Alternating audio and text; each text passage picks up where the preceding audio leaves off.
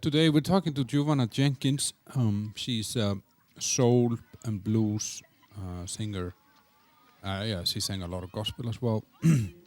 And she also, I don't remember exactly how she said it. She communicates both with either singing or words, talking. So basically she helps students in an American university in Prague, preparing for becoming students and preparing for career, teaching kids how to study. For example, I struggled a lot with this when I went to university, and I wish I would have had someone like Juwana to help me. Then she helps CEOs and companies with their communication.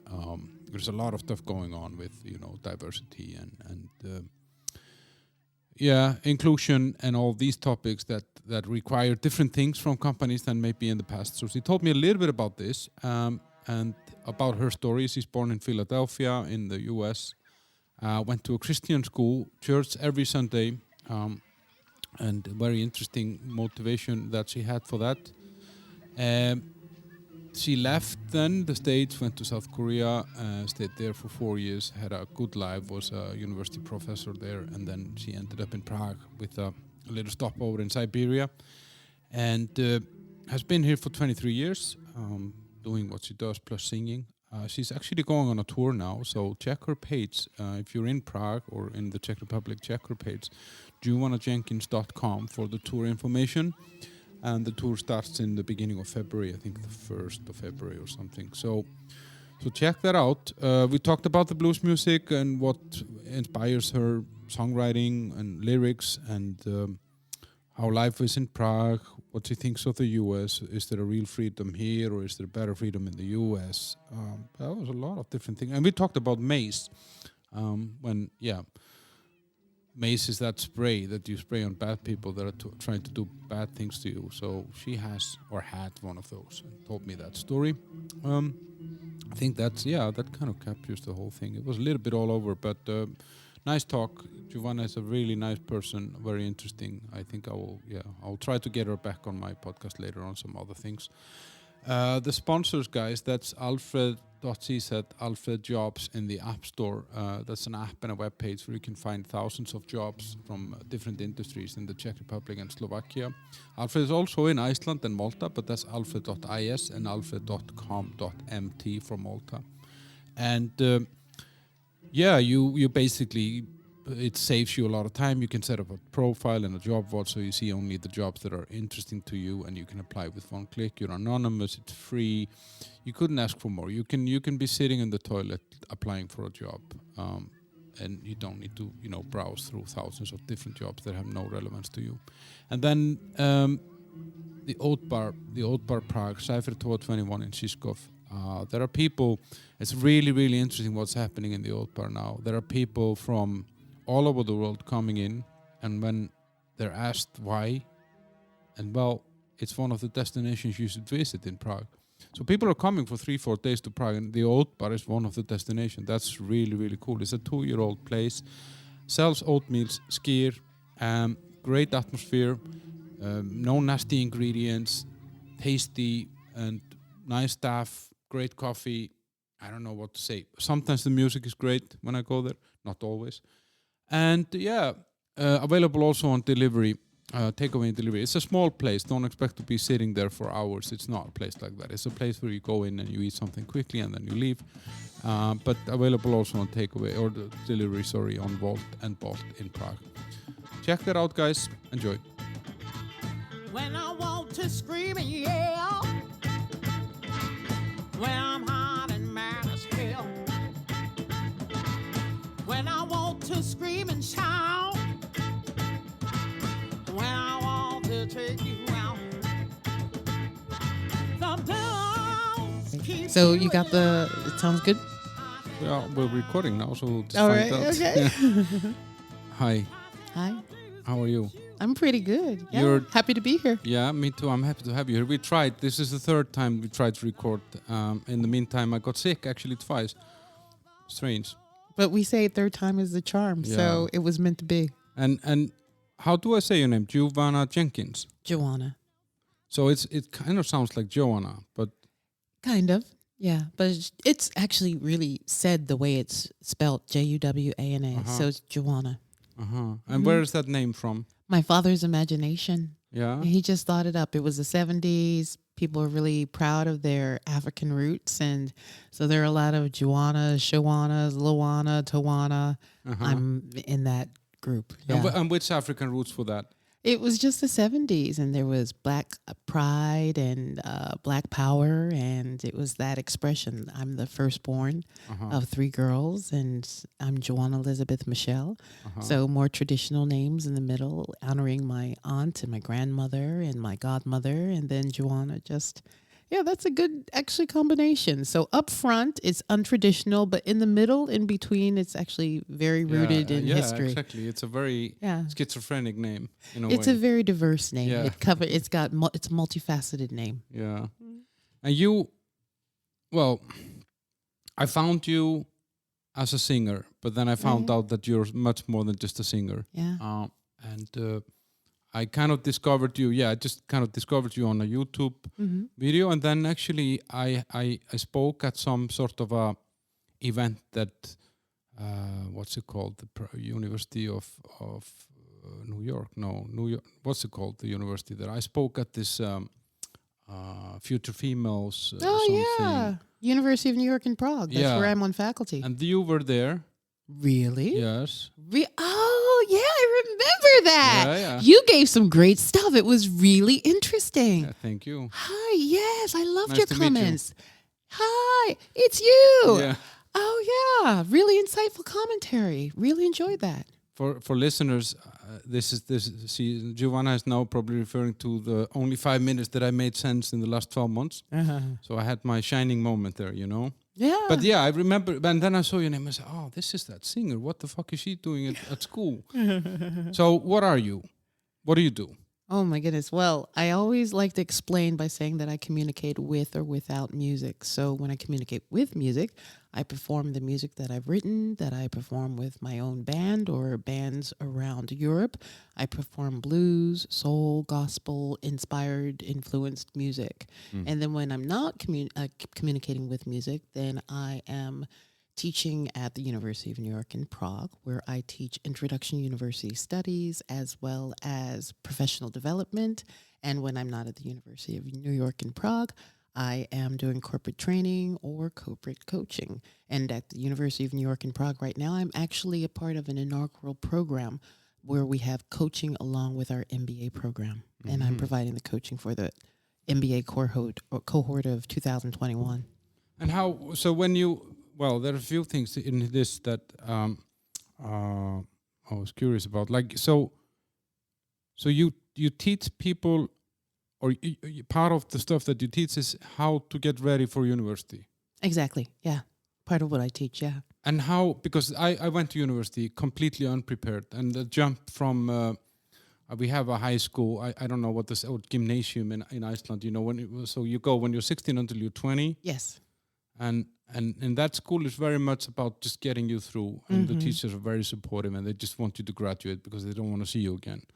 And then you go to university, and no one gives a shit. You don't have to show up. You don't have to. No one checks if your attendance, and no one really cares if you pass or not. So I was stranded. I was really like lost because I didn't know how to do homework. I had always I actually left my books at school in gymnasium because I just tried to use the classes, you know. So do people need to be taught how to go to school?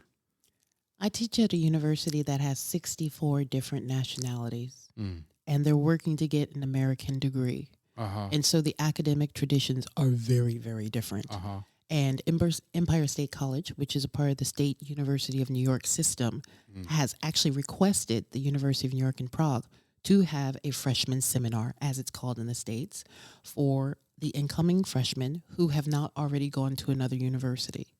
So they need to understand the difference between being a high school student, where you see the same instructor for the same subject Monday through Friday, and they're in direct contact with your parents, and you'll get in trouble if you haven't done your homework.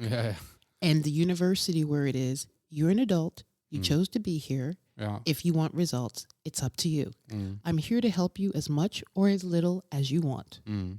And But that's so- a big change just over a summer, Exactly. because from Exactly. over one summer you're certainly a grown up, you know. Absolutely. And so my whole thing is you don't know what you don't know. And so my role is to act as someone who helps them in the transition. And that's really what I feel that my calling is in terms of the work that I do. I help guide people in transition. And the Lord knows the blues is a place of transition. Yeah. So the thing is that based on my life abroad, 27 years abroad, 3 different continents, the United States, Asia, and the Czech Republic. I've had my own company since 2001. I've been a sole proprietor since 2005, and I work internationally. So what things remain true and constant throughout my experience, regardless of how old I am, what country I'm in, what field I'm in? And I teach my students the things that they will need for life that will be tested in university. Time management, stress management, learning from failure. All those things that you and I wish somebody had taught us is what I teach my students. And I teach them how to apply those concepts for their first semester. And in the third week out of 15, I teach them time management. But it's not until week 14 where they go, oh, I made a schedule. You know, welcome to being an adult. You have the answer in front of you, but it's before you know that you need it. Yeah. And there's someone there who says, here's a tool. You're going to need this. Yeah. Put it in your pocket. So that when Yeah. it's time for you to cross that river, you have it. Exactly. Exactly. So that's what I do with the first semester freshmen. And then I also teach a professional development course because being a successful university graduate is not the same as being a successful professional. No. And a lot of our students come from entrepreneurial families. And so they're thinking, oh, I want to start my own business, or I want to be a director.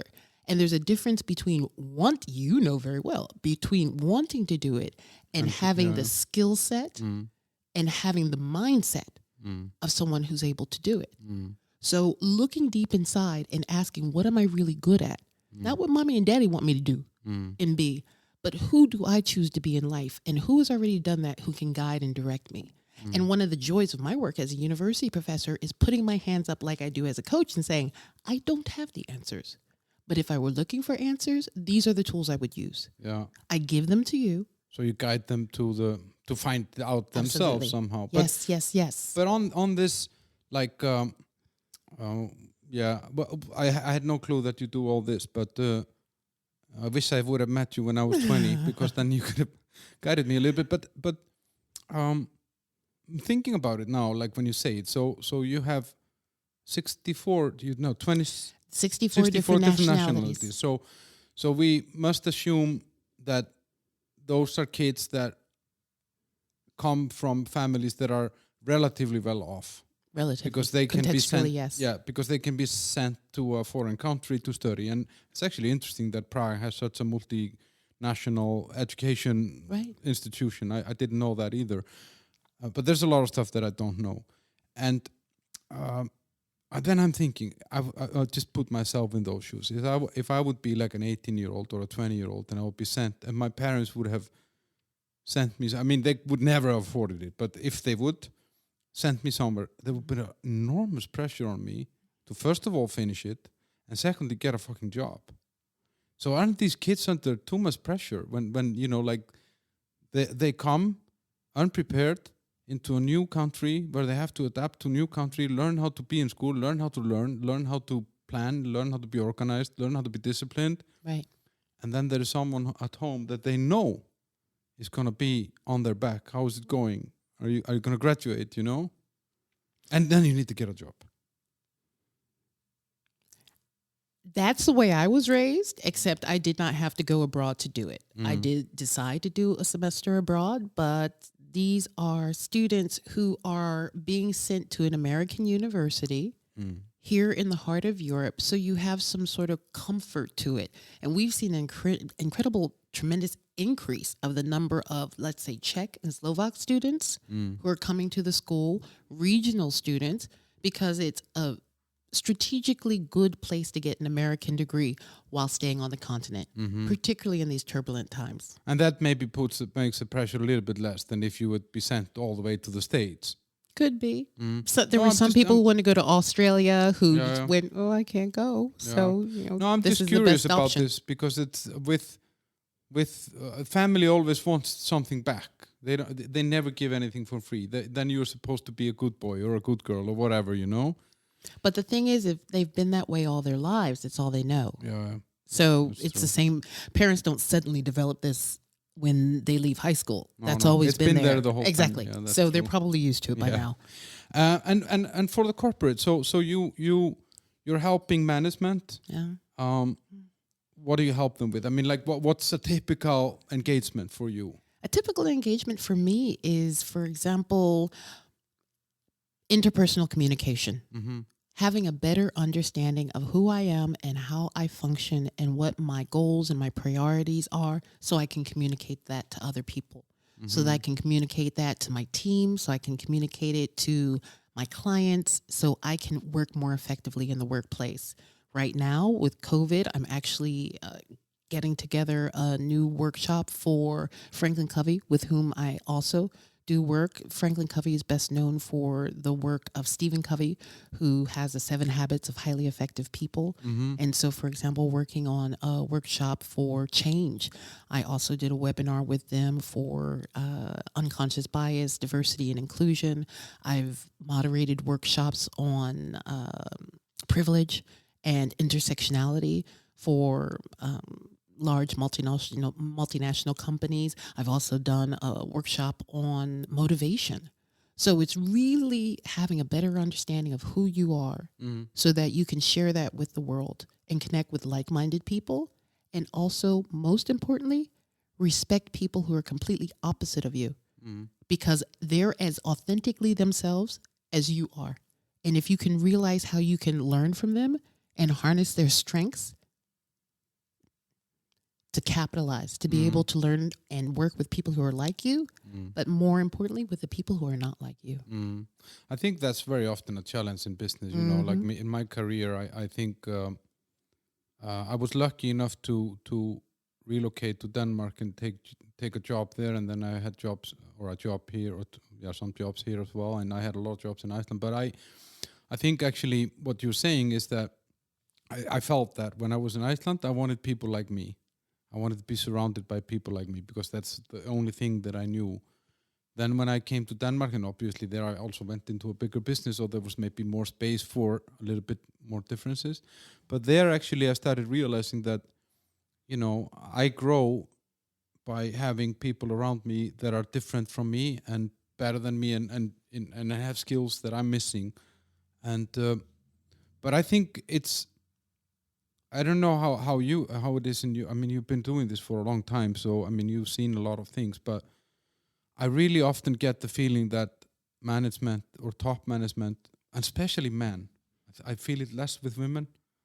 The pride is fucking with them, and I think they said this in what's the movie with Bruce Willis and Quentin Tarantino and Pulp Fiction. Oh, okay, yeah. When the boxer, they said this, when you lie there on the floor after losing that, they were fixing a box match, and then they said, you know, it's don't listen to that voice, it's your pride fucking with you. But I think that's the biggest problem of male top managers is pride, because I think and I don't think it's only in jobs, I think it's also often in relationships, you know, if your girlfriend is seeking something else, I don't know, wants to have a hobby that you don't fit in or you don't want to be part of or whatever, it often feels like, oh, I'm incomplete. I'm not able to make this girl happy. And the same in companies. If someone else shines, I must be gray then. You know, I'm not going to be able to shine with that person. Am I describing something that you have smelled somewhere? Well, I always really enjoy talking to men. I really enjoy that different perspective. So I've never heard it described that way, and I really appreciate getting that perspective as someone who likes to talk about diversity, inclusion, and intersectionality. I have heard it described in terms of the dominance hierarchy, and fighting for one's position in the pecking order. And so that desire to shine would be correlating with my idea of the one who wants to come out as top dog and that fight to the top and for survival of the fittest. So that corresponds to what my perspective has been from the research that I've looked into, from your own personal male perspective and how you would express it. I really like hearing that perspective of, I can't make my girlfriend happy. I've heard that so many times, but I never made that connection to, I want to shine. At the end of the day, when you want to play, I know a place you'll want to stay. When the I think night it's is young, men are the most insecure creatures on earth. And unfortunately, women don't understand that. No. And that's the problem. Yes. That's one of the problems, the many problems, I agree. is not understanding men. Yeah, and but on the other hand, and this packing order that you mentioned, this hierarchy, what I really like about that part though is that it's very easy for multiple dominant males to coexist. They will find some order, and it's usually sorted out really, really quickly. Yes. Or this is my experience, that it's sorted out quite early on. Okay, so how is the order here? And you kind of know. Right. And it doesn't mean that someone who is 7th place is put down or anything like that, but No. with women, I have always found this more complicated because the lines are usually, and it's harder, I think, for multiple dominant women to work together. Then I feel that they have a harder time kind of settling this into some sort of a hierarchy. Right. From my perspective, I've got 2 points when it comes to men and talking about finding their pecking order. I think men are known for that famous scenario of you have a fight and the next thing you know, you're having a beer. It's all been settled. And women taking much longer to get it out. Even when we talk about communication between men and women, and I've been guilty of it myself, bringing up something from 3 years ago because finally I can talk about it. That reminds me. Fortunately, I don't do that anymore, but I've been there. And so my point is that in that fight for dominance, I think that's where that whole Ocean's 11 team things come out because one guy is the money man. The other guy's the strategy man. Yeah. So they all have their place of dominance for their domain. Yeah, And they can fit together like Knights of the Round Table. exactly. Whereas women, but I also think it's a matter of maturity for both sexes.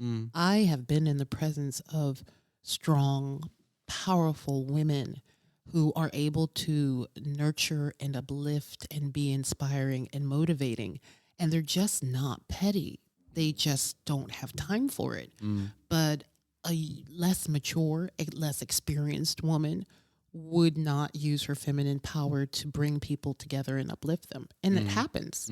But we've got examples of immaturity for both sexes. Yeah, for sure. And I mean, and I think that I often take this example in Iceland. I think it was a game changer for us there when in, I think it was 1979 or something, there was this all-female political party that came, and they were small, but they got maybe 2-3 members out of 60 in parliament. They had maybe a support of like 5% of the votes.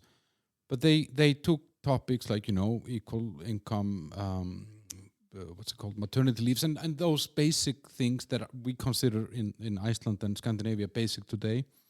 And they fought for all these things.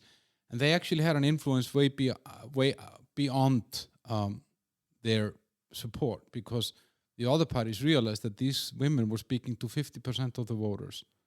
And they were speaking about things that actually mattered to 50% of the voters. So they understood, okay, if we don't adopt some of these into our policies, they're just gonna win. And since then, I think we have seen a lot of positive changes in the society. I mean, I don't agree with personally. I don't agree with forcing with law that half of the staff has to be this or that. I don't think it's right, and I think there are certain industries where women are better than men and men are better than women, and so on. But on the other hand, I also do realize that most of the bad stuff that has happened in the world has been decisions of men, at least in the last 100, 200 years. And I think that's where I feel women are stronger than men, that when we get into those rooms, even if we have a packing order and everything, we can spin each other up to some crazy stuff. And there's a lot of show off. Whereas I feel that women stay more true to, okay, does this make sense, you know? That was a conversation that was a part of the last conference that I was at with future females. And it was that statement of, okay, when men get together, what do you do? How much do you do? Really establishing how successful they are so they can establish some sort of ranking so it can be established who's going to follow whose lead. And whereas one of the panelists said, we just want to get past this. We came for a meeting to come to a decision. Can we just start the work? As compared to talking about all of our past accolades. Yeah. Exactly. So I don't know. I mean, why this? Why school and coaching? What is it about that you like? Well, the thing about it is that I started singing in gospel choir on Sundays because I was told that if I was too sick to go to church on Sunday, I was too sick to go anyplace else for the rest of the week. So that's how I was raised. And I went to a Christian school Monday through Friday and all day on church on Sunday. So music and singing was just a part of my life. But it wasn't my main thing that I did. I was a student, I studied, but music was always there. And then I studied journalism. Journalism was my major, and it was women's studies, theater, and French. And I graduated in January 93, and by February, I had been awarded a Fulbright Fellowship. And my Fulbright was for teaching English in Seoul, South Korea. And that's when I started teaching back in 1994, Seoul, South Korea, before I ever came to the Czech Republic. And I had continued doing theater while I was in Korea. And I was even doing TV while I was in Korea. And I loved teaching. I am in love with seeing the light go on in somebody's eyes. I am in love with creating the aha moment. What can I say or what can I do that the light goes on somebody's eyes and they get it? Because I love learning. Education is the most powerful, amazing, magical thing in the world to me. When I think of education, I imagine having a boulder in the road.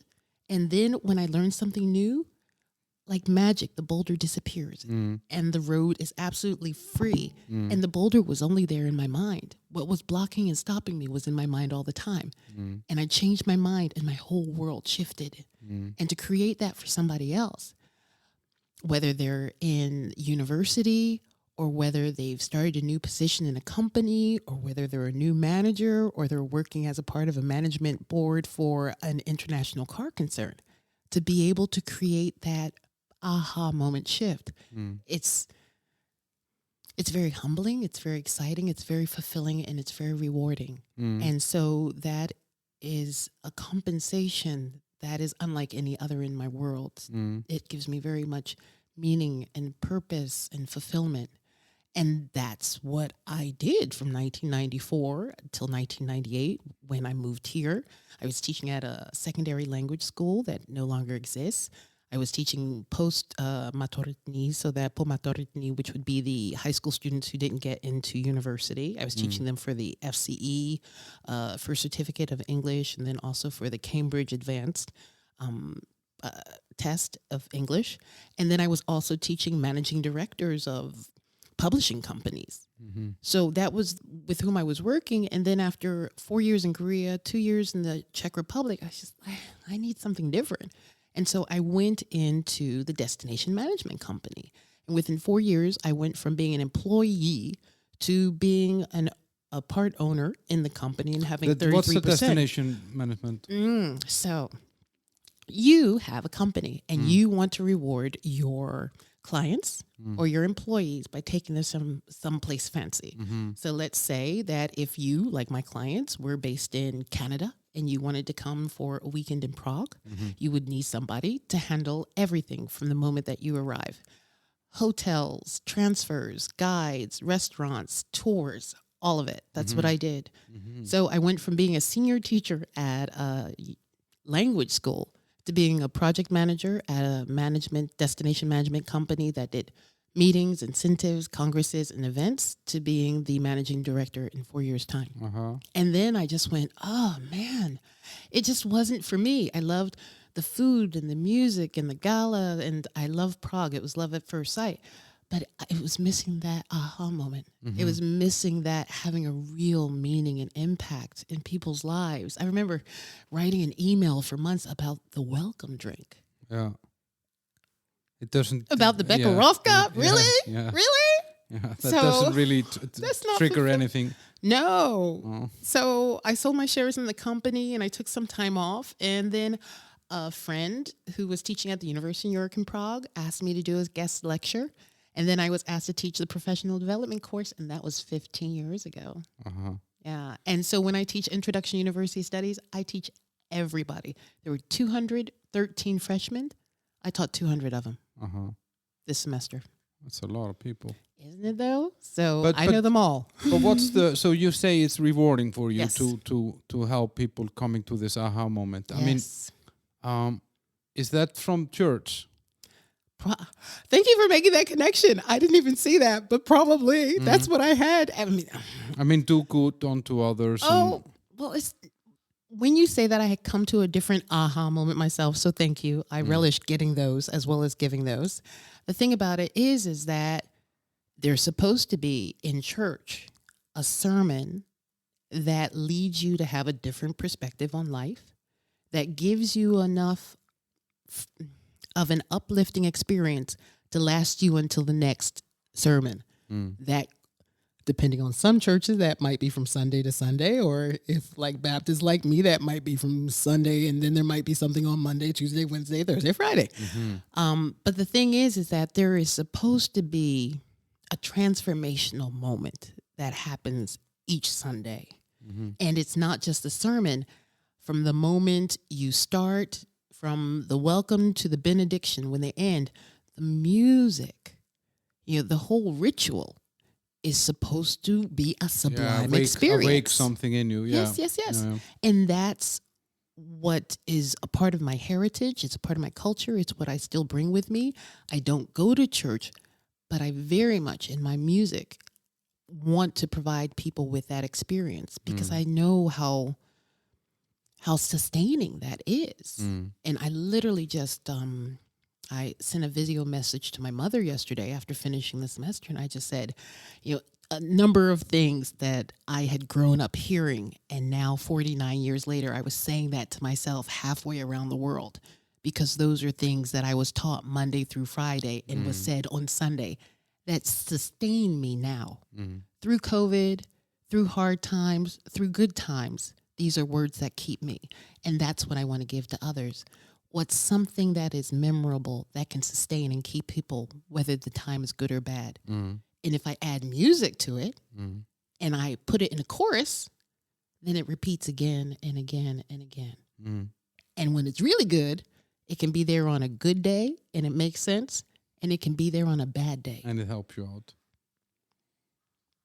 And so whether I do that on stage or whether I do that in the classroom or I do that in the boardroom or I do that in a coaching setting, that is a part of my heritage that I want to pass on to other people. But what? So you're born in Philadelphia, right? I was there once. It was actually a very nice city. But I didn't spend a long time there. But was that like a good place to live in, or be a kid? What kind of city is Philadelphia to be a kid in? Oh my goodness! 40-something years ago. Yeah. My parents grew up in a rougher part of Philadelphia, so my father was very determined to keep his connection with his mother. My grandmother was a widow with 5 kids back in the 60s. And so it was very hard for my father growing up. And he actually grew up literally around the corner from my mother. And they went to the same elementary school at the end of the street. And so my father was determined to keep those roots. And so we would travel from one end of the city to the other to see my grandparents who were right around the corner from each other. And we met at church. And I would sit next to my father's mother in church, and that's when we saw each other. And then after church, we would spend some time, and that was it for the week. And I saw what life was like where my parents came from, and I saw the part of Philadelphia that we moved to and the very stark differences. And the private Christian school that I went to outside of Philadelphia, which was even more different still than where I was raised. So I got that perspective until 8th grade. And then I went to Central High School in Philadelphia, where Will Smith also went. He was probably, I want to say 2 or 4 years in front of me. But it was the premier school for high school of the public schools. And so we had everybody there because it was the main school for students who wanted to excel and go on beyond high school into some type of top-rated university. So I grew up having best friends in a totally different part of the city where the majority of people were Jewish. And so I would go to that part of the city to hang out with my friends who were all in the academically gifted program. And two were Jewish, one was Chinese immigrant first generation who won the Shakespeare Prize. And another one was Chinese, one was Filipino. These were my friends growing up in high school. That was normal to me. So that was my Philadelphia. And then my sisters chose to hang out with people from other sides of Philadelphia. And I just learned. My mother, I remember being a child, and I remember it was around Christmas. My mother was knocking on the door, and she was on her knees crying because she had just got mugged just before Christmas. I know what that's like. I remember my mom being in the hospital and us coming home and our house was robbed, and my mom crying because she had put away her engagement ring. She had hidden it somewhere, and they took that too. I remember my mother giving me mace when maybe I was old enough to make that transition from going to the private Christian school outside of Philadelphia to going to the public school in Philadelphia, in the heart of Philadelphia. And my mother telling me, walk down the street and act like you know. Probably because where she came from and what she had still experienced in our neighborhood. I saw my neighborhood go from a very nice middle-class place to places that suddenly started having little crack vials around it. I grew up hearing gunshots and being informed, no, Juwana, those are not firecrackers. Because I came from a private Christian school background. But that's really interesting, though, because to send you there, your parents must have either sacrificed everything they had or they were well off. My father worked my father grew up without a father because my grandfather was 30 years older than my grandmother. And his father died when he was 7. And he's the middle of 5 children. His father died when his youngest sister, let's say if my Aunt Mary was born in April, my grandfather died in November, something close like that. And my grandfather was left with 5 kids. And so my father told me stories when I was an adult where he would take the light out of the bedroom to be able to see in the bathroom at night, of walking and... So wait. So one light bulb to move around. Exactly. Of being afraid of falling through the floorboards of the house. So only as an adult do I really understand what my parents were able to do for 3 daughters to put them through private Christian school and to provide a very, very nice middle class life for us. I'm only starting to really, truly understand that.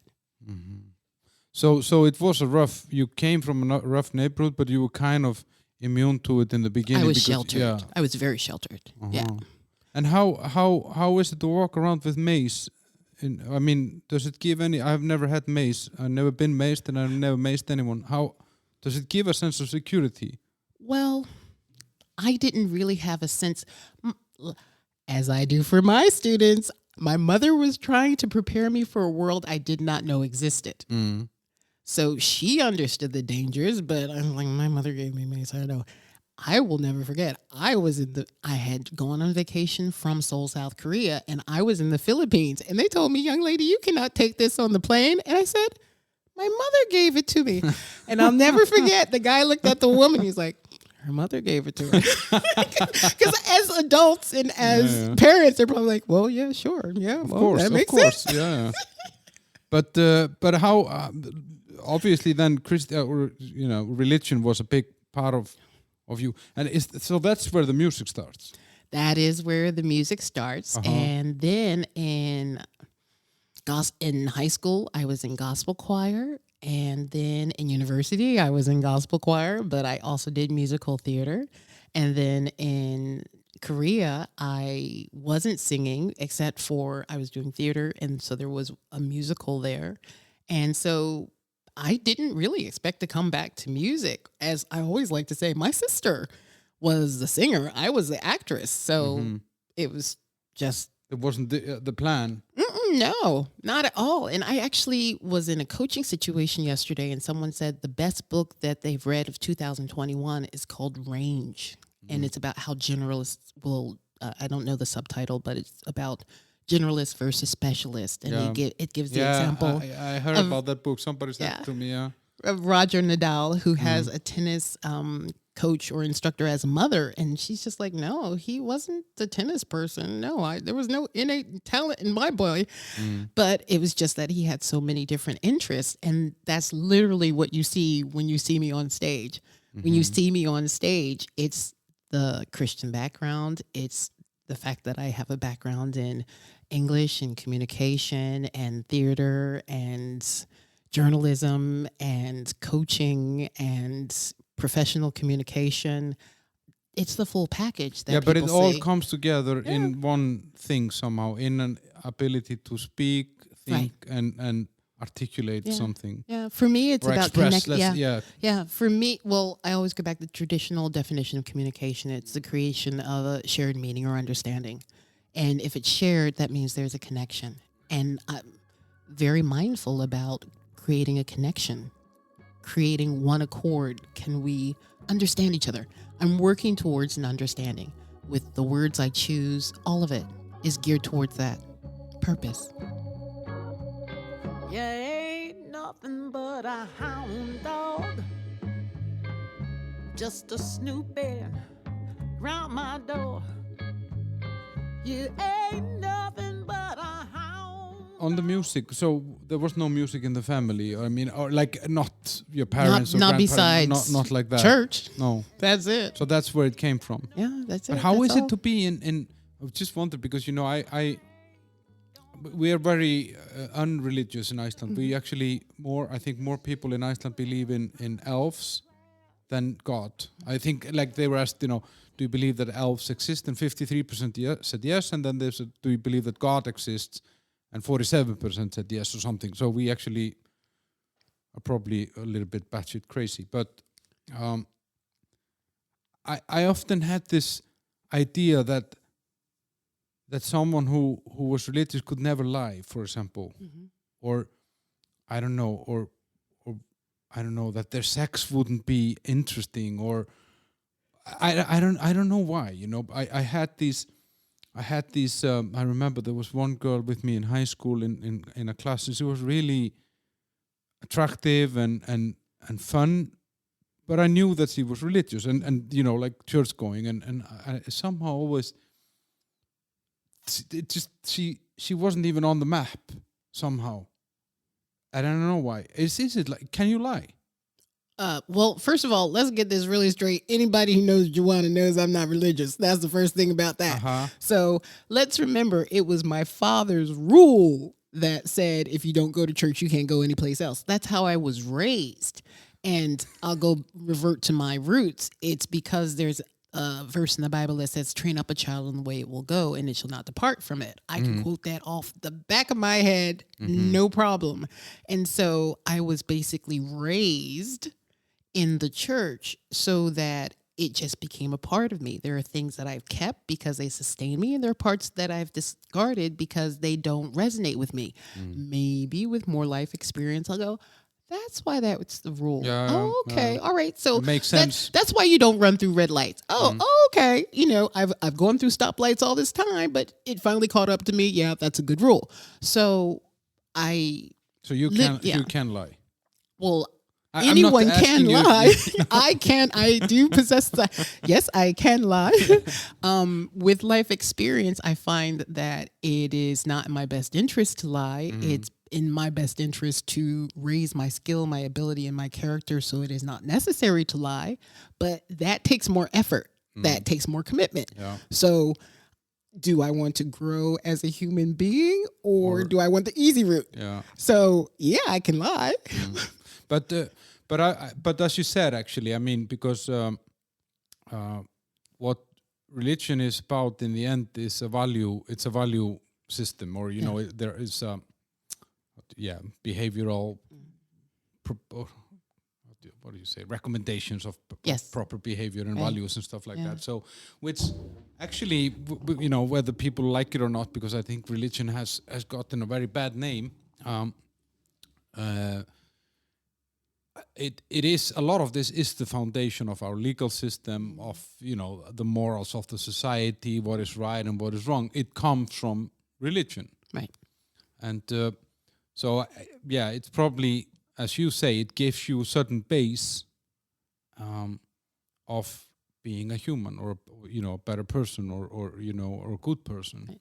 I was quite fortunate because I was forced to go to church, and it was a part of how I was raised, and it's become certainly a fundamental part of me that informs and influences what and how I do things. But because it was forced on me, I went through a period where I just utterly rejected it because it wasn't mine. Mm-hmm. And so when I moved to Seoul, South Korea, I was looking at the Buddhist, and I thought, there are people who are more Christian than the people I sat next to in the pew. I like these Buddhists. I'm not too sure that all these people are going to hell. I don't think they should go to hell. Yeah. And so it was that mind opening. And so for me, now with my years experience, I'm much more about the things that all religions can agree on, where the fundamental values of tradition that is essential across the board, regardless of, I actually have a book with me that I'm in the middle of reading right now, World's Greatest Religions. And it talks about the different roots and how they're similar and how they're different. And that's what really interests me, because I said my thing is connection and shared meaning and shared value and understanding. So that's what I'm really looking for, is how we're similar, so that we can appreciate the differences, so we can harness those and be stronger for it, not destroyed by To it. find this thing that can connect you, so that you can work with the other stuff that is different. Basically. So we can Right, yeah. capitalize on the other, optimize the other stuff that's different, appreciate it. I spent today working on accounting stuff. I hate that, but it makes me evaluate really appreciate my accountant more. Let me give you everything you need. So you can do your job, so I don't have to. Everybody should have a good accountant. Amen. So you're singing gospel, and then you get into other styles, not in the church, or is that, did you join a band, or I mean, did you start singing with bands back then in the States, or? Well, I grew up singing gospel, but during the week, I was listening to the oldie station that was playing Motown. In my fundamental years, that's what I turned to on my radio station. And next door, my sisters had rap. And in my mother's room, she was playing country music. I first heard she's not country, but I first heard the great blues singer Bonnie Raitt on my mother's tape player. She would be downstairs cooking Sunday breakfast, listening to country music, while my father was getting ready in the bathroom listening to gospel. So music was literally everywhere in our house. And then you have to remember, I grew up in the 70s.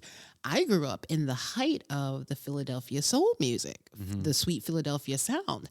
And it's eerie how I'll think of a song and go, oh, this is a really great song. And then I'll Google it and I'll find out that it's from right around the time where I was born. So I'm very much influenced by it, and I only discover how much I'm influenced by it when I Google. So I'm just looking for music that feels and sounds right for me, and then I realize its roots, that it is soul music. From that time. And Absolutely. So my music is very much influenced by literally what's in me, and I'm finding expression. So it started in gospel, But the same musicians who were playing gospel on Sunday were playing blues on Saturday night. Mm-hmm. So that's how I actually came into the blues, because I was at Malastrana Besida. I was in the audience watching a blues band, and then I was singing with another band, and they sent me to the audio store to purchase a microphone. And behind the counter, it was Tonda Smirchka, Antonin Smirchka's audio store. And he said, "Are you a singer?" And I said, "Yes, I am." And he said, "Will you sing with us?" And I said, "Okay, let me give it a try." And so that was in 2000. And so that's when I just figured, okay, this sort of sounds like what they played at church, so just do what you did at church. But So basically then from like childhood until then, singing is just more like a hobby or oh, absolutely, it's yeah, So it was more like a side thing. absolutely, yeah, nothing professional before Prague, nothing at all. Okay, I didn't know that. And but Nothing. what was it about the blues? I was telling you that my impression of the blues. But what is it about the blues that you like? I mean, what drew you to that, for example? Right. Well, first of all, I said, "Ooh, this sounds like what the lady was playing in church on Sunday." It felt familiar to me, and it's very simple, and it's repetitive, and in that simplicity is the variety, because it's yes, it's like a blank canvas. You have the frame, but the canvas is very simple. To add something to the canvas, the possibilities are numerous. But if the canvas were already full, there would not be so much of yourself that you would be able to add. If you did not stick religiously to the format, what you put in might stand out as not being appropriate or inharmonious. But when the canvas has so much space, one can give more of oneself. Yeah, you have more freedom somehow. Yes.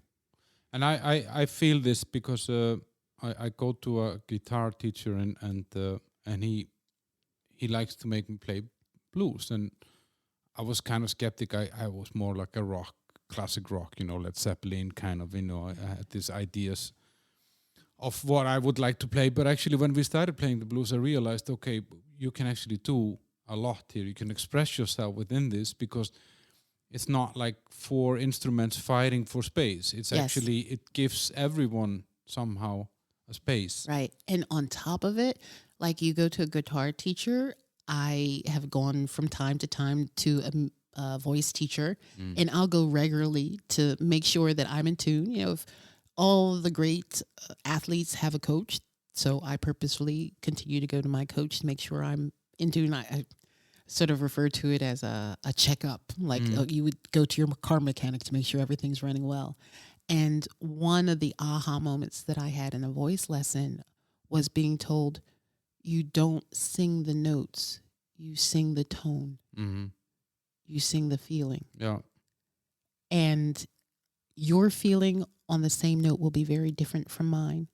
Not just because of my physiological instrument, but because of my journey and my story that I bring to that feeling that day, that time, that moment in front of that audience. So the same note in the same song on a different day will have a different tone. Exactly. Because I'm coming from a different place. And the blues allows you that, actually. Exactly. It expects it. Yes. Oh, well, if you don't do that, then it's not blues anymore. Exactly. And one of the things I've been asked to do a workshop, and I would never do a workshop about the musicality, but I would do it from an interpretation viewpoint. And I always think about people who have, like we had talked about before, great skill, but for whatever reason they don't know, or they're afraid to pour themselves into the tone. And so for me, it's a very pretty sound, but it's empty because it hasn't been filled with their spirit.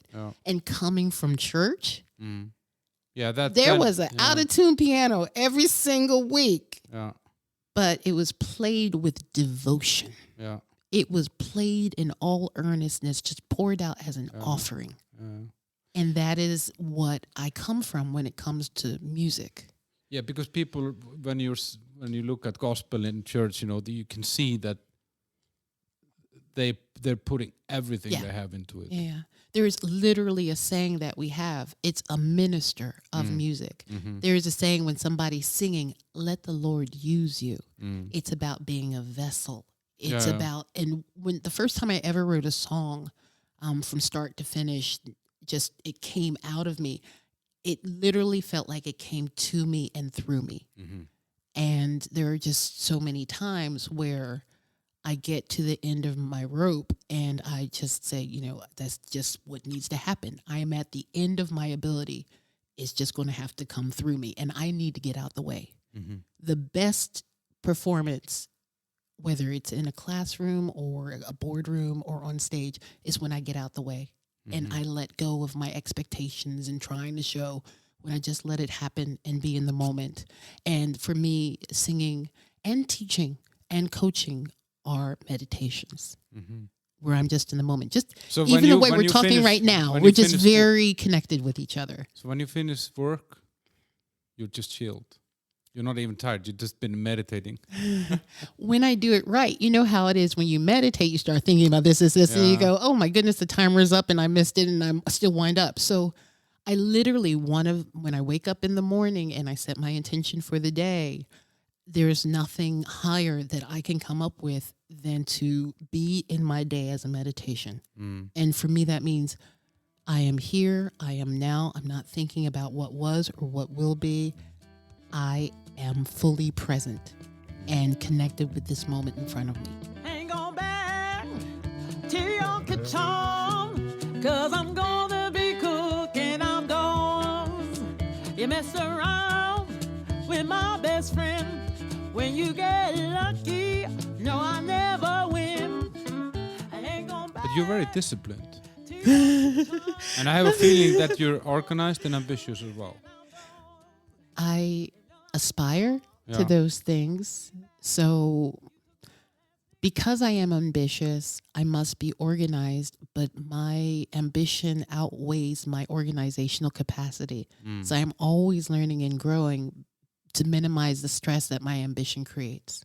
You asked me, I remember we chatted on the phone like, I don't know, probably 2 months ago or something. Yeah. And then I was telling you like, I have this podcast, I would really like to have you on and blah, blah, blah, blah, blah, blah, blah. And and then you asked me at the end, Almar, what is your goals? What are your goals with this podcast? And I was like, what the fuck? Why are you putting me on the spot? Like, and I don't wanna think about it. I just wanna enjoy the ride, Right. But I know there was no malicious. I had no idea it had that impact on you. No, but I haven't slept since then, and that's probably what gave me COVID.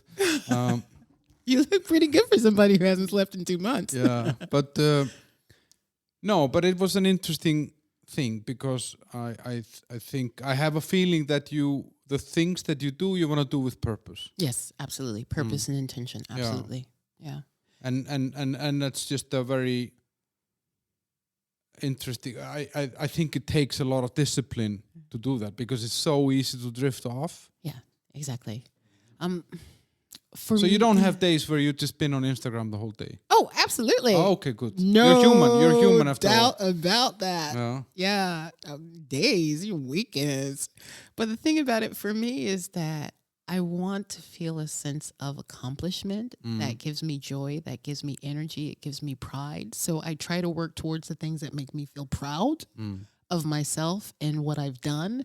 And I acknowledge that I need to rest as well. I personally prefer productive forms of rest, but there are days when I find myself, they have been, let's say they've been very restful. Yeah. But the thing about it is that I have drive.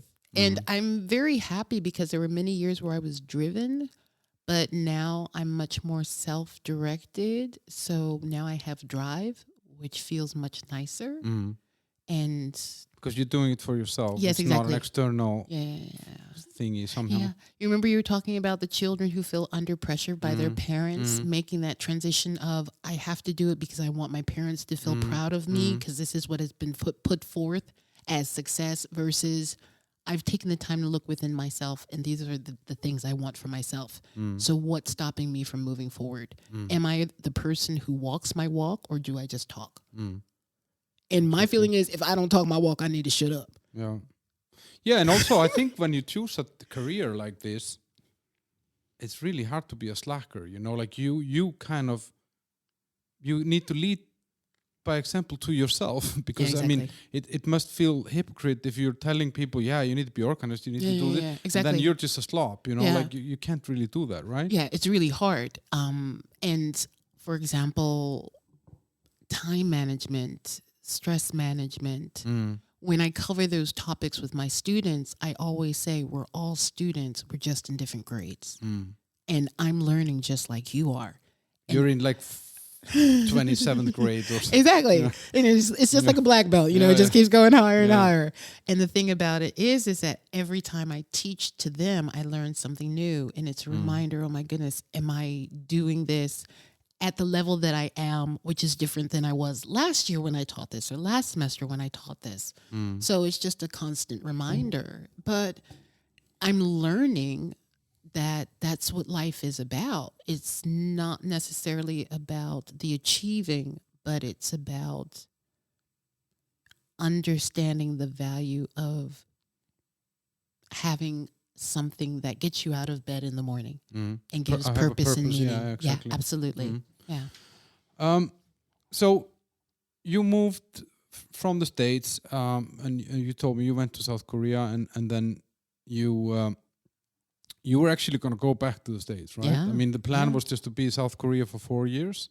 No, I signed a 1-year contract when I was in South Korea, and it turned into 4 years. Okay. And I moved here, September 1st, 1998. And then by But why as a stopover on the way home, or No, I had a wonderful life in South Korea. I was teaching at the equivalent of Harvard University in South Korea. I was at Seoul National University. And in Korea, education is everything because of the Confucian society. It opens the doors for the whole family. So I was teaching at the equivalent of Harvard in Korea. I was a highly respected university professor with a great deal of all of the respect and privilege that comes with that. And I had 8 weeks paid vacation and a paid apartment, and I was in my 20s.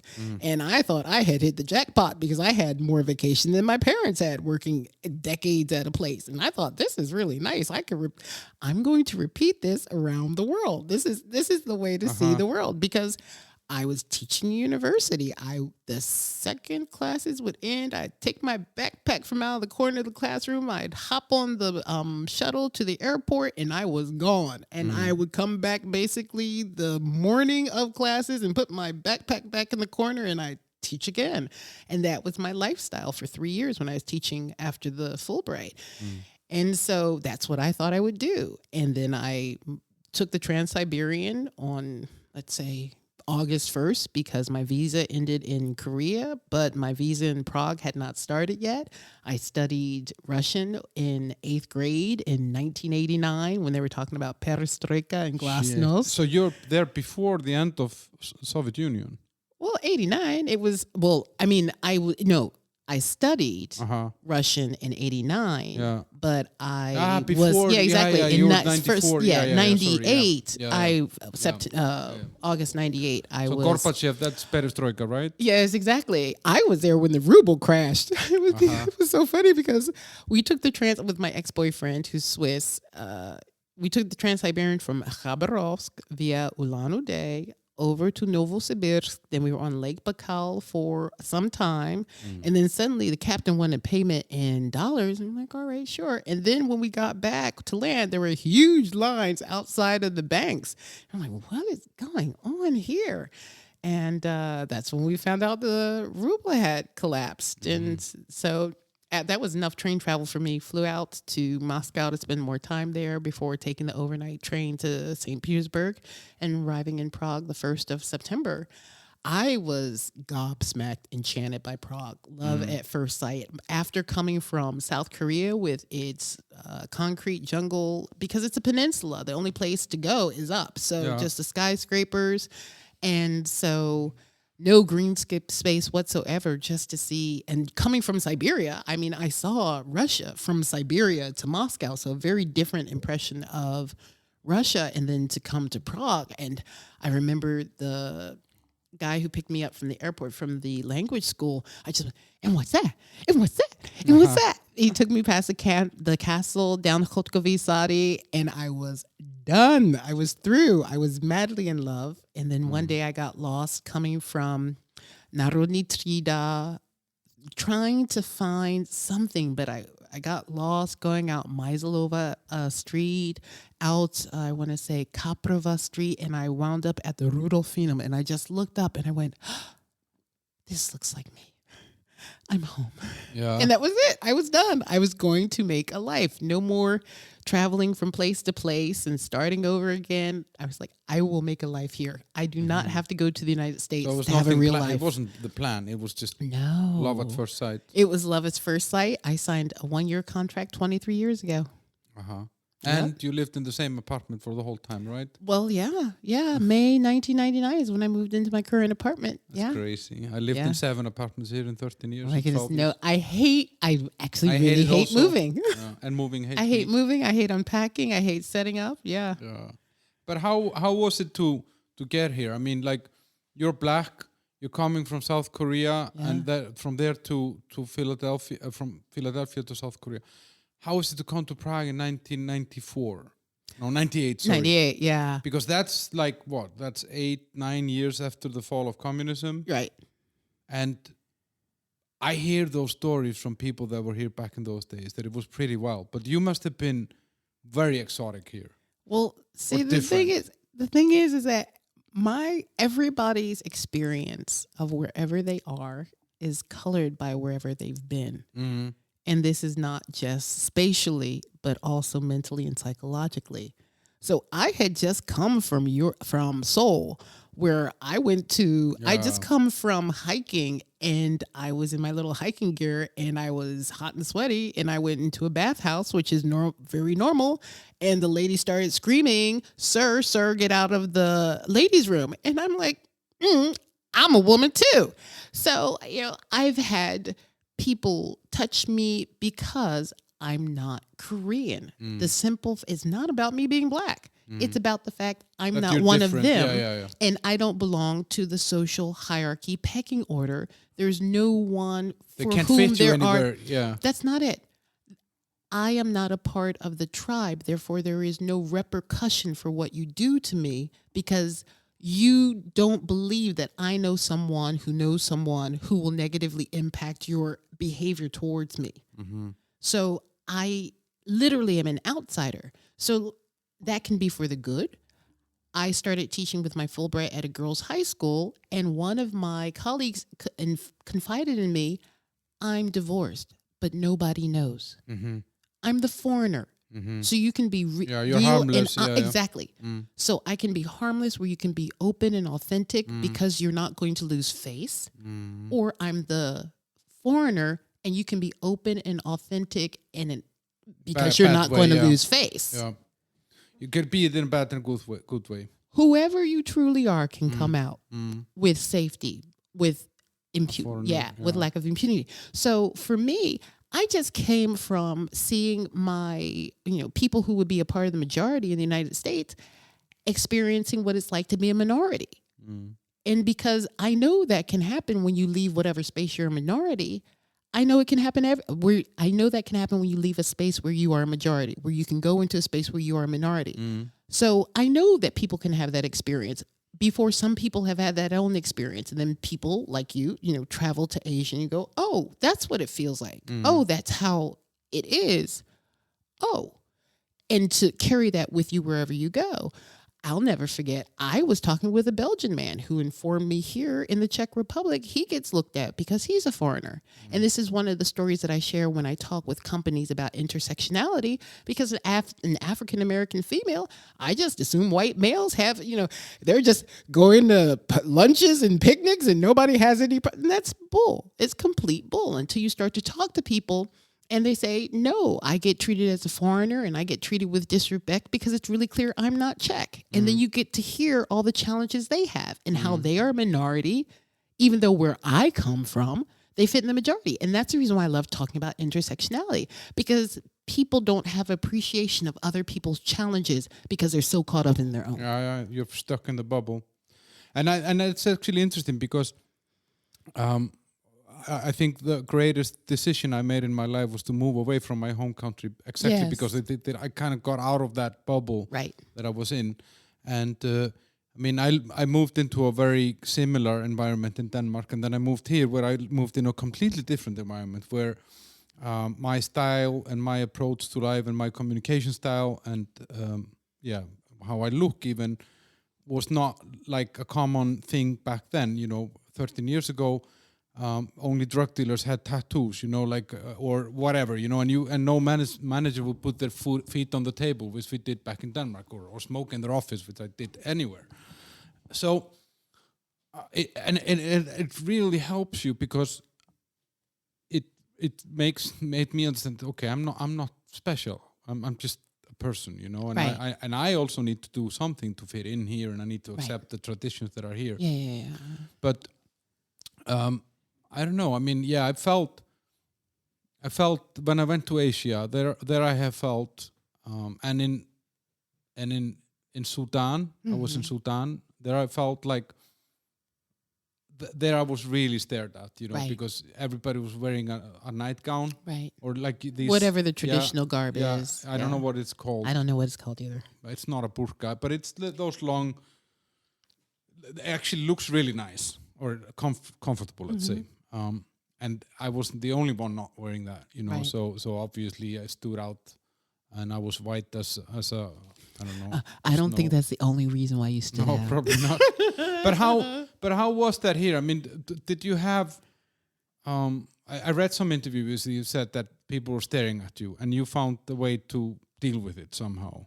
Well, I don't really remember that interview because, like I said, I'm in the moment, and I really don't know what I said 2 minutes ago. I try to be here and now and present, but I do remember I injured my knee in South Korea, and once I got my work visa and my regular visa pay insurance, I got knee surgery.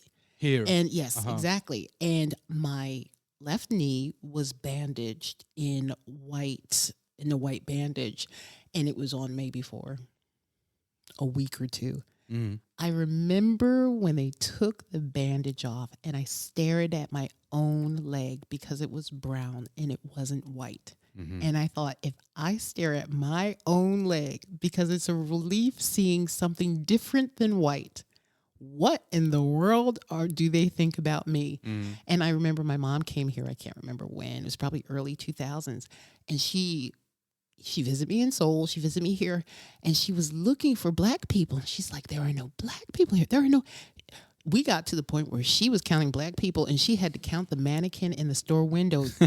And there were no black people. And now I see black people more often. And I remember my girlfriend, Michelle. I love her. She is one of the nearest and dearest friends of mine. She is she grew up with the military, traveled all over the world, settled in Canada for a long part of her very successful career. Her parents are down in Florida, so she has that Southern upbringing. And she looked at me one day and she said, Juwana, they're staring at you because you're black.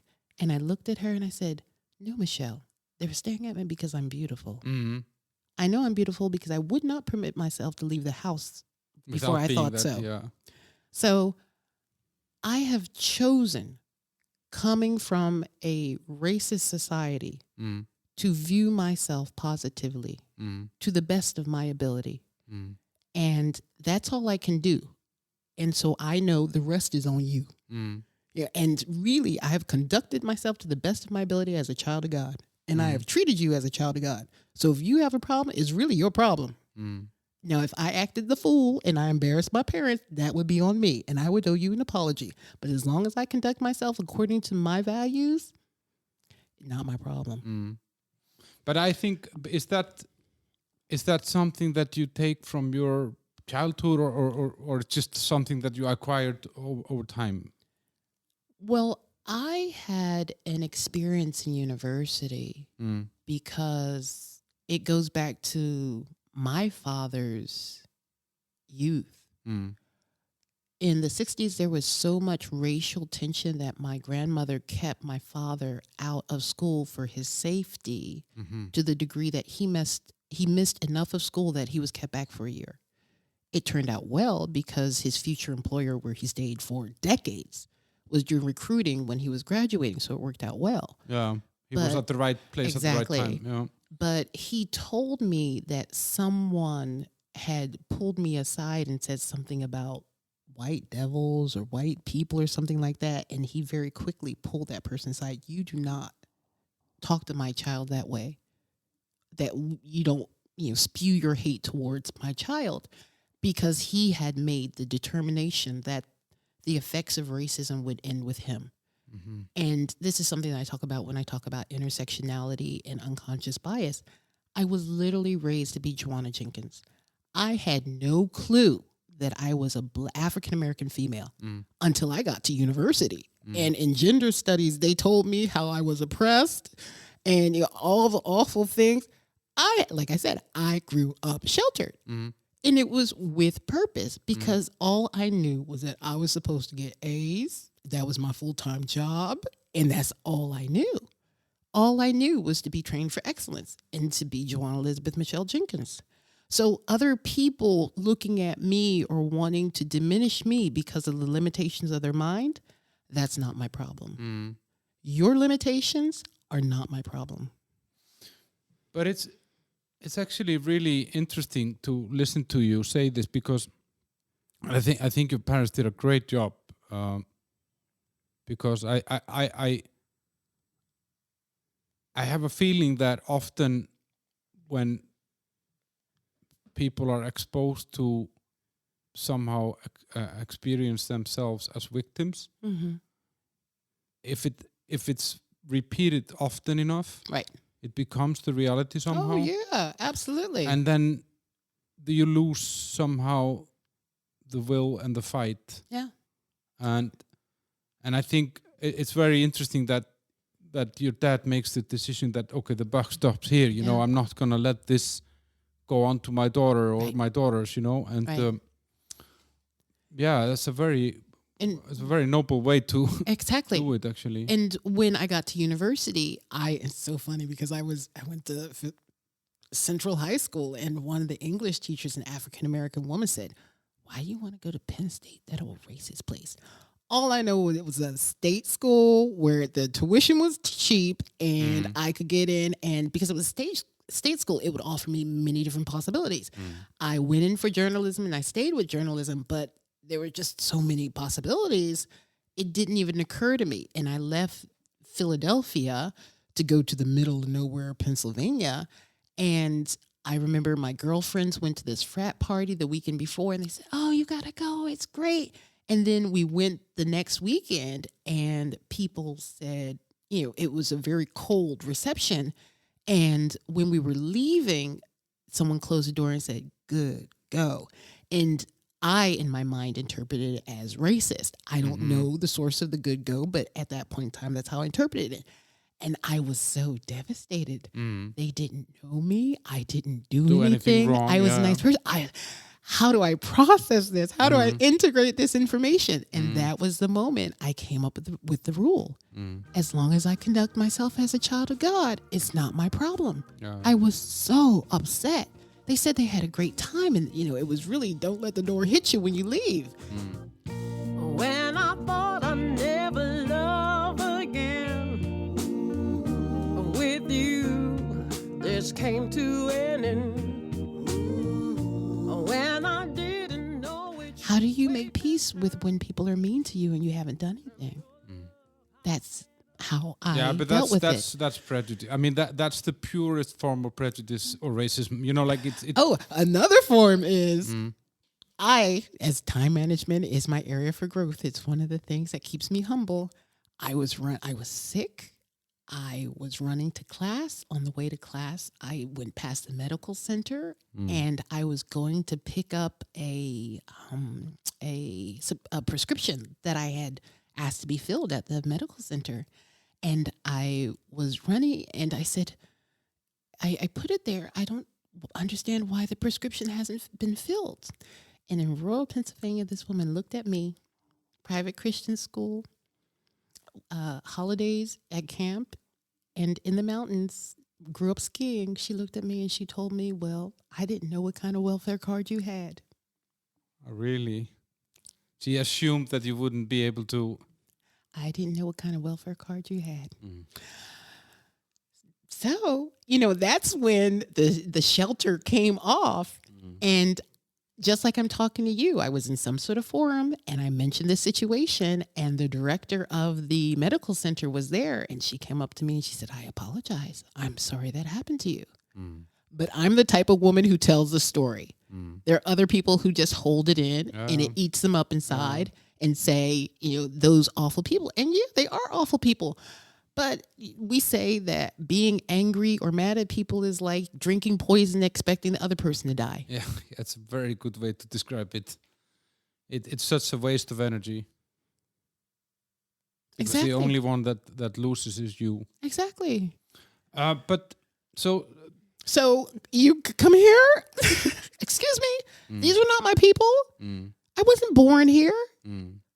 There are people walking around every single day. If that's what I encountered in the United States, do you really think I'm fazed by these people? Really? No, sorry. Nope, that's not an option. But being just being a foreigner, let alone where you're from, whether you're No, it's worse feeling like a African-American or- foreigner in your own country. Yeah, because then you If feel I'm out of a country and I feel foreign, that it's easier for me to process that. because the other part is a rejection that is different. But I do occasionally visit with the delegate, our delegation here in Prague, the black delegation, as Dave Chappelle would say. And I have lots of buddies who are married to beautiful Czech women, have gorgeous little babies. I have female friends who, like me, are single, and we get together for our Thanksgiving and Christmas and holidays, and we talk and share, and we have good lives here. But I've never felt changed. unsafe.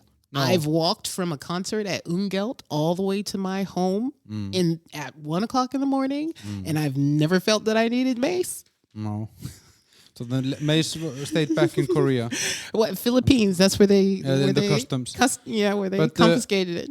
But it is a changed city. I mean, or a country. I mean, over those 23 years that you've been here, it has changed a lot, I guess, as well. I mean, also in terms of diversity, because I can see that in everything. I mean, whether it's the people or the food culture or music culture. I mean, there's just more diversity here than was. But I don't know. It's still. I don't know. I still always feel that I'm always going to be a foreigner here somehow. I will never really be one of them. Imagine growing up feeling that way. Mm-hmm. That must be horrible. Yeah. I come from a very homogenic island in the middle of nowhere that nobody wanted to go to, you know, and actually. Yeah, I think, to be honest, I think that I was 12 years old when I saw one Spanish guy or something when I was 7, and then 12 was the next time that I saw like a foreigner, you know, in Iceland. Yeah. I mean, knowing that it was a foreigner. Anyway, so you started singing here. Yeah, because of that whole circumstance where, let's see. Oh, first I was asked to be a backup singer, and it was myself and maybe one or two other girls, and Then I was asked to be a front woman for the Double Deckers, and I was asked to write music, and I was like, I don't want to write music. I just want to sing. And what kind of bands were these? Like blue? Well, the first one was a pop band, and then the next band was Tony's Blues Band, where I was the front woman from 2000 to 2010. And then I met Charlie Slavic when he was playing at a mutual friend's debut, and he invited me to a jam session, and I went to a jam session, and I was surrounded by musicians. And this is after I had spent the day doing destination management. And then I went to the jam session. I went, my people, I feel at home. And it was just a nice feeling. And then I performed at an event where he was the artistic director for the musical lineup. And Andre Bezer of the Schumberg Blues Alive Festival said, Charlie, would you put a band around her? I'd like her to perform at the Blues Alive Festival. And that's when Charlie and I first were in a band together. And we performed 2010 at Schumberg Blues Alive, put out an album 2011, The Blues Keeps You Alive, inspired by the title Schumberg Blues Alive. And that's where I wrote the lyrics for 11 out of the 12 songs. There was one cover song. And that's when I first started. I wrote the melodies, meaning that if I had a harmonic background, I would choose what, like, you know, with blues, you have the structure and then you can decide what you want to sing. Exactly. And I wrote the lyrics with it because I had to sing something that resonated with me, that I could sing with all of my heart. And so songwriting for me actually has become something that I've grown into doing, because I said I started with theater. And when I came to Prague, I came here September 1st. By my birthday, September 26th, I was in a play and I was rehearsing more hours than I was actually teaching. And then we only had 4 performances. And I just thought, I don't like that. I put so much energy in it. And then what do I do afterwards? But when you sing a song, you can sing it a cappella. You can sing it with a Czech band, an Italian band, a Norwegian band, a Polish band, the whole thing. And I'm not singing when I do a play, I'm performing somebody else's words. But when I write the words, it's yours. This is my story. This is my song. And it puts a lot of different feeling into it. Yes. But what inspires this? Like you say, 11 lyrics to 12. I mean, what do you sing about? Oh, my goodness. My songs in the 2012 album really, it's very interesting. I discovered that I had many thoughts and ideas. Some people journal, but if I write a song, that means the core of the ideas in the chorus. And to explain why it's the core, there's the first verse, the second verse, and then there is the resolution, which is the third verse. And by the end of the song, I really understand what's deep inside me. It helps to get it out and put it in order, to create order from the chaos of the thoughts and ideas. As a coach, I actually now understand that it's about creating a narrative, putting it in order so that it makes sense to me, so that it makes sense to other people to process this experience. So that's the structure, and that's the method. But what are they about? I mean, so that was 2012. So it was really about my life experience. And I always say these are true stories. So, for example, Schumberg Blues Alive. And Charlie said, Juwana, this is the biggest festival in not only Czech Republic, but the region. We can't be doing covers now. So I thought, I got to come up with original music. Oh, Blues Alive. What is that? And so I had the groove. And then I was like, Blues Alive. How does the blues keep me alive? And then I was literally washing dishes in the kitchen. I was like, I got it. And so there's a line that says, out the door or the window, a glass or you I'm going to throw, because something else has got to break than my poor heart from this old ache. The blues keeps you alive. And then the final verse is, open my mouth, not to eat. I part my lips, but not to drink. Pop a pill, I do refuse. So instead of murder, I sing the blues.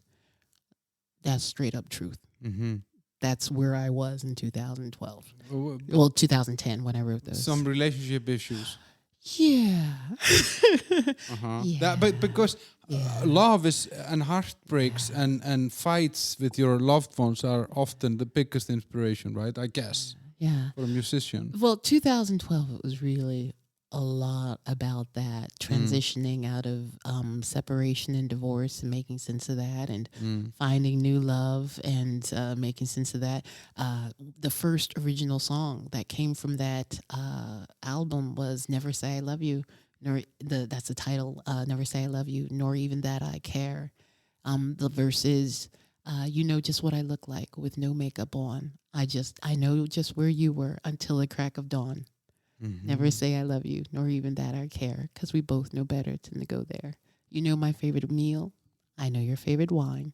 You know how to make me squeal. I know not to make you mine.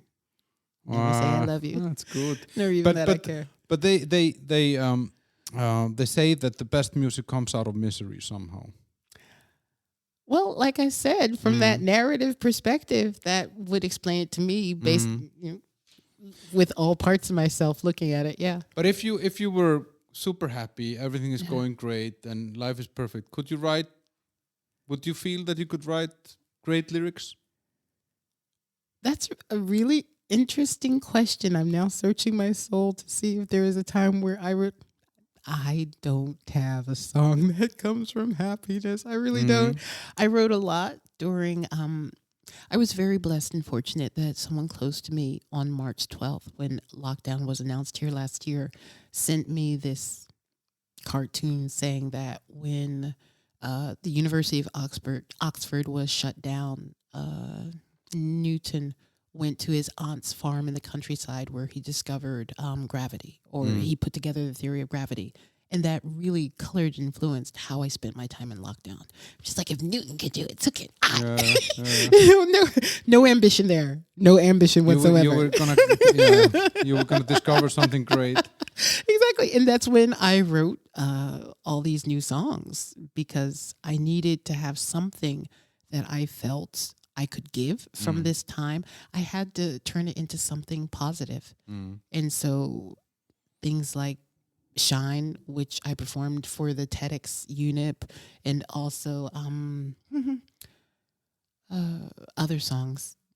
Yeah. And you're working on an album now, right? Right. When is that ready? Well, the thing is that I'm going to be touring the music in a tour of the Czech Republic starting the 1st of February, going to 8 different locations from the 1st of February until the 11th of February, and then the tour ends on the 12th of March at Jazz Dock.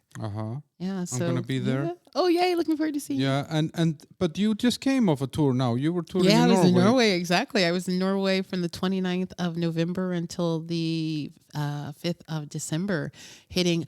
They have 72 different blues clubs. I mean, not a physical place, but groups of enthusiasts. People. Yeah, exactly.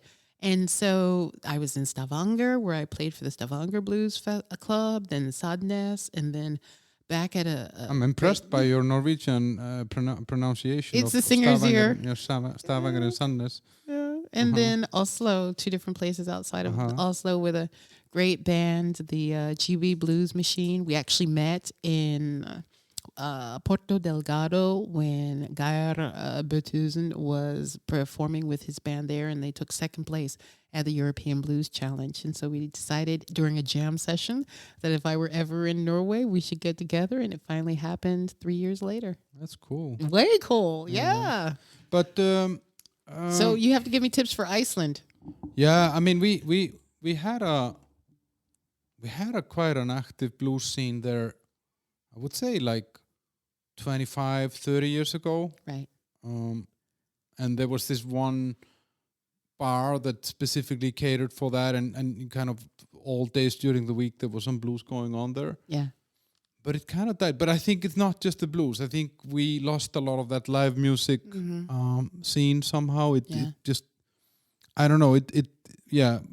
But I also think it came a lot with the different instruments. You know, now I can make a song on this computer at home. You know, and that's not necessarily a song that I want to perform in a pub or in a bar. You know, like it's a different thing. But Yeah, I will definitely. I'll check that out. Maybe I can be your promoter in Iceland. Ooh. But so the album is coming out when? What do you think? We're here in December Yes. 2021. I don't have a particular date for it. It's Mm. still in the process. I'm just really happy to tour the music, get it out in front of people, and really just decide which music works best for the people in terms of what I want to leave with them. So you haven't finished recording everything. Exactly. So Yeah. you're kind of working on the Exactly. material, figuring out Yeah. what you feel about it. Yeah, exactly. But I'm just curious, like, I mean, you left the US, which is not a very common thing, and maybe not common enough, because I have a feeling a lot of my American friends and my British friends that live here, when you ask them why do you live here? Well, because here is real freedom. It's not a perceived freedom. It's actually Right. real freedom, where nobody is sticking their nose into my business, and I can smoke weed on the street or whatever it is that is their fancy, you know? Right, the value system that they live by. Yeah. And why did you do this? I mean, what was the reason why you wanted to do this? Right. I probably about fifth grade read Maya Angelou's book, I Know Why the Cage Bird Sings. And I don't know if there was a specific reference in that book, but somewhere around that time, I also found out about leading figures of the Harlem Renaissance, people like Langston Hughes or Anilla Hurston, Josephine Baker, leaving the United States. And I got it in my mind around fifth grade that if you're young, black, and gifted and talented, you need to move abroad to be able to fully realize your potential. I just got it in my head. And I was very blessed that when I was in middle school, my family was in a ski club, and they had a tradition of going to Mount St. Anne from Philadelphia. And we would leave on Wednesday night, and we'd wake up on the bus Thursday morning, Thanksgiving, in Quebec. And so from 8th grade, I started learning French, and I studied French all the way through university and got a minor in it. And I went to France for my Easter break in my junior year. I studied in Italy for my summer of my junior year in university. So it was that always there somehow, desire, yeah. I had always acted on the desire to go abroad, and this anytime I did so, it never disappointed. So it was just so logical that I would experience life abroad. I did not know that I would move here permanently, but when I realized the statement that the United States is a wonderful place is true, depending on who you are and what your values are. I know lots of people here who ask me, isn't it better there? And you can go shopping and you can buy so many things. That's not life. That's not what is important to me. And there are many people who say, I've moved here, I can raise my child in peace, I'm in a little village, everybody knows my name. You know, it's just values, and it's about finding the place where someone feels comfortable. I know lots of people who've lived in Prague who've gone on to move to different countries that are not their own. But I always say, until I find a place that offers me the value, the benefits that I have in Prague, plus I'm not leaving Prague until I find a better place. Yeah, I think it's a very healthy thing for anyone. It makes you grow a lot as a person to go. And I think actually that you know, we talked about a little bit before we started recording that this American dream somehow is a scam in some way. And I wish that more Americans would see it, because I think it could make that country so much better if there was a little bit more equality and yeah, I mean, there are things there that I find very strange. If as far as I know, for example, with schools, they are funded by real estate taxes. So if the real property prices in the region are low, then the tax base is low, and then the school gets low money, and then obviously that's not going to be a good school because they can't pay the teachers, etc. So there are systematic things in the structure there, and you know, they don't have a lot of vacation, they don't have a lot of maternity leaves. I think there are too many people going to school actually, because school has become business, not just and everybody then comes out with a degree, because if the school fails And everyone, also school debt.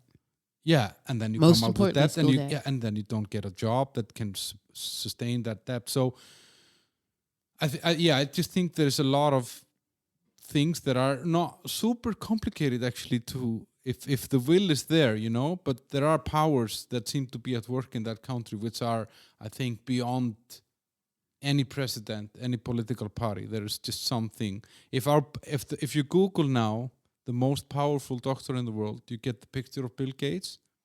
He's not a doctor, he's a computer guy with man boobs. So he is the most powerful doctor in the world according to Google. Wow, Try I'm that. I will do that Yeah. when I leave here. I but did not know that. It says a lot, It says a lot about, and the guy that owns Amazon, he flies to space, while his employees get minimum wage or not even or they can't even pee at work. It's crazy. It's gone to some state that I wish that Americans would not see Sweden as a communist state. They would actually see Sweden for the cute country that it actually is, to a large extent. I mean, they have their problems. Everybody has. Anyway, that was just my little monologue about how... Well, in response to that, I think there needs to be a curiosity. And there needs to be a curiosity. There doesn't even have to be a dissatisfaction. But if you are happy, how often is there a motivation to seek something else? But if you are enchained, how often is there the opportunity to seek something else? And the chains begin in someone's mind. So if you see yourself as a victim, then you never see yourself do anything like this. Exactly. And if you have a victim mindset and you're told that you live in the greatest country there is, and you're fortunate and blessed to be here, then why in the world, even with all of your misery, would you try to look someplace else? And even if you go someplace else, unless the mind is open, you're only going to see what already confirms what you believe. Yeah. So that's the reason why I say it has to be curiosity, the openness to see the world from a different perspective. And that's what I said. Education to me is when the boulder disappears and the road is free to travel down. Wasn't it someone in the Bible that moved stones? I'm not sure. I'm thinking of like Hercules. I don't know. Jesus moved the stone when he went out of that where they put him when he died, when they took him off the cross. You moved the stone from in front of the tomb. Sure, that's his boulder. There you go. But if you would have stayed in the U.S., I mean, where would you want to be today? If you never would have gone to South Korea, you would never have gone to Prague. Oh my goodness.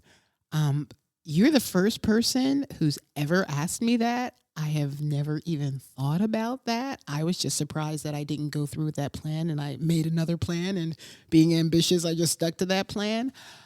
Thinking about it since you've said it, I still don't know. I guess, if I was working at the Franklin Institute Science Museum, I was a guest services supervisor when I got the letter that I got the Fulbright.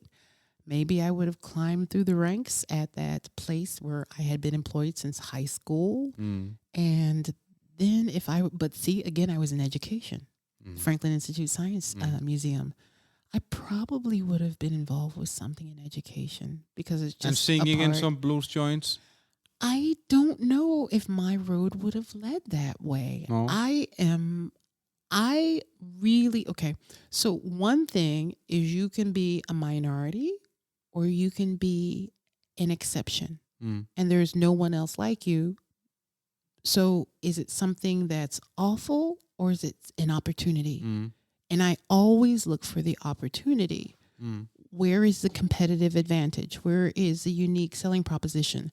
So I don't go into crowded ponds. That's not the way I view the world. The blue ocean strategy. I would always be looking for that foot in the door that nobody else is into and nobody else could be into because they don't have my background.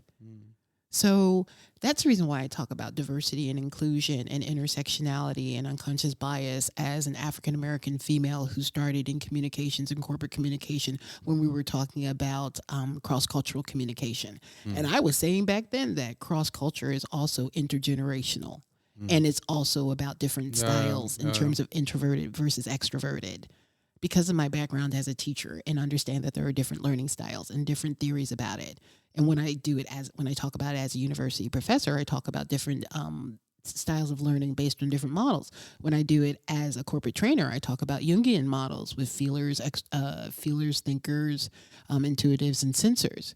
So it's the same thing, but from a different perspective. And seeing that they all overlap, when we have so many things that make us special and unique and they overlap, that is who we are in our full package as a person.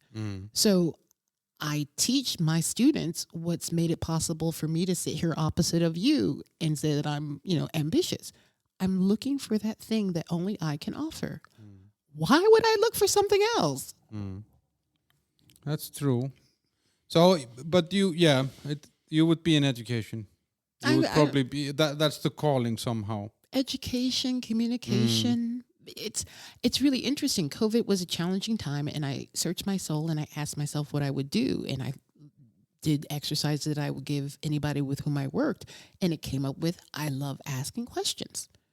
And I love connecting with people. And what would be a field in which I could ask questions, connect with people? That's the reason why I studied journalism. That's the reason why I do coaching now. So if there's a field where I could connect with people and ask questions, whatever that title is, that's probably where I would have found my way. Because my love and my talents remain the same regardless of which continent I'm on. Yeah, exactly. I mean, if this is what you were made for or built for, then exactly. Eventually that's what you do, one way or the other. Exactly. Okay, I think I would have liked to talk to you much longer, but my girlfriend tells me that my episodes are already too long, and we now spoke for more than an hour and a half. Really? Yeah. And, it went by so quickly. Yeah, it flies. Okay. So I need to get you again, actually, because I think absolutely. there's a lot of other stuff. So much more to talk about. Yeah, there's a lot of other stuff that I would like to talk about. But let's do that. For now, where can people follow you? So you have JuwanaJenkins.com, right? Exactly. Yeah. And I'll put these links in the episode description. So at least on Apple and Spotify, you can find it there. I'm gonna try to push you to send me some of your music so I can put that on the episode as well, so you can hear Juwana sing. Instagram. Right, I'm on Instagram, Facebook, LinkedIn. Okay, cool. Depends on what people want to get in touch for. MySpace. No. Yeah, guys. You know where to find me on social media if you have any interest in doing that. And thanks for listening. It's been great to have you here, Juwana. I had a paper in front of me here with where I wanted this to go, but it went completely differently. But that's, we can do it next time. Yeah, we can do the plan next time. But the plan is never better than the execution. Well said. I could trademark this. I know exactly. Yeah. I was thinking mic drop right there. Yeah, that's cool. Thanks. Thank you. Bye. Well, you don't know just what I've been through. The roads I had to travel to get here to you. All through the night and past the break of day. Just what I had to do to get to the side. It's been a long time, such a long time to get to you. It's been a long time, such a long time to get to you.